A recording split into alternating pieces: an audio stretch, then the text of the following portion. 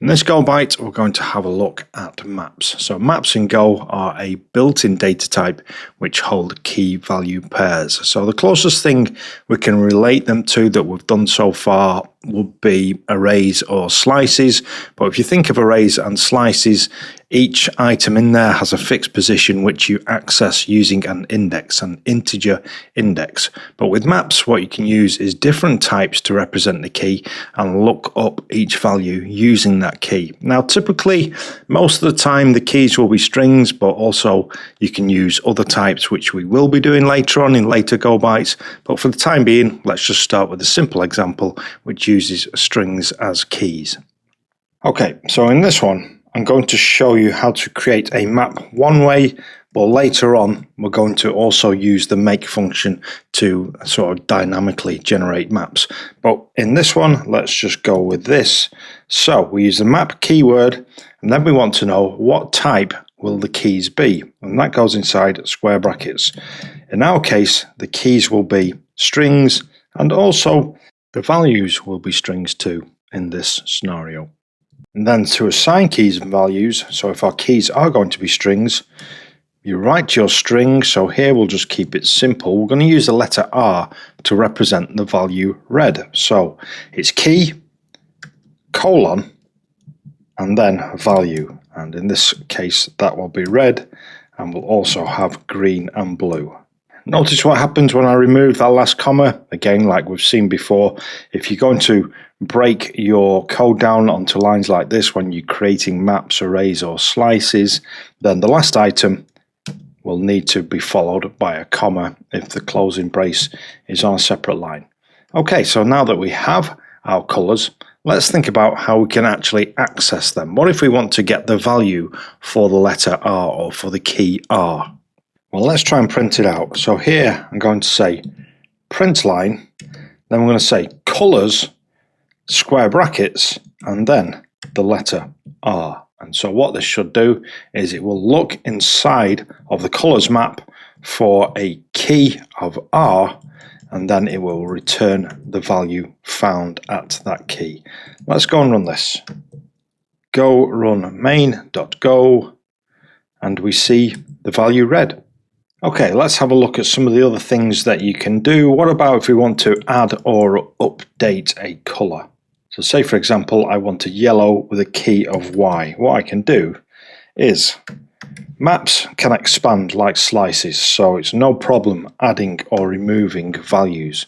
So here, if I want to add yellow, I just do this, and then let's print out the entire map. So we'll print out colors, and we'll see what this looks like. Okay, so you can see we're printing out a map type, and that's why you see the word map and square brackets. But inside of there, you'll see all of the different values or key values separated by a space. So B blue, G green, R red, Y yellow, and it's perfectly fine to update. So say, for example, we wanted G to represent grey, not green. What we can do here is we can say colors G is actually grey. Let's check that. Okay, so as you can see, our second item in there is now grey. Also look at the order in which things have been printed out. Looks like these have been sorted into alphabetical order, but that's not actually the order that we created them in. So when we created our slices and our arrays, everything went in there at a fixed index position, but as you can see here, things have been ordered a different way. We can delete a key by saying delete. First argument will be the map, second argument will be key. Let's delete red. Let's go and check this out. As you can see, red has gone. We just have blue, grey, and yellow. We can also check if a key exists in a map. And the way we do that is like this. So you get back two variables. One will be the actual value, and one will be a Boolean to say whether it exists or not. So we'll use the short declaration syntax, and we'll look inside of colors for X. And then let's just print this out. So I'll print out the value as well as the exists value, which will be true or false. We've not covered booleans yet in detail, but we'll cover them later. But basically a boolean means true or false. Okay, so we don't need to see the colors now, we just need to see the value and exists. What do we get here?